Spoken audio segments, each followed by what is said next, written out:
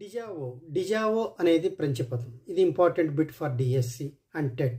డిజావో అంటే మిథ్యా ప్రతిబింబం.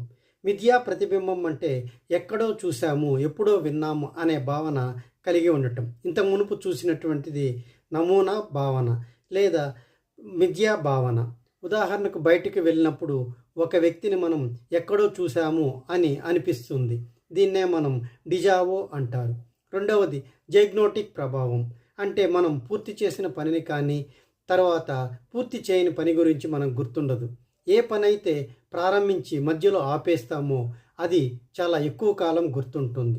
దాన్నే మనం మధ్యలో ఆపేసిన పనులు మనకు బాగా గుర్తుంటాయి. ఇదే జైగ్నోటిక్ ప్రభావం అంటారు.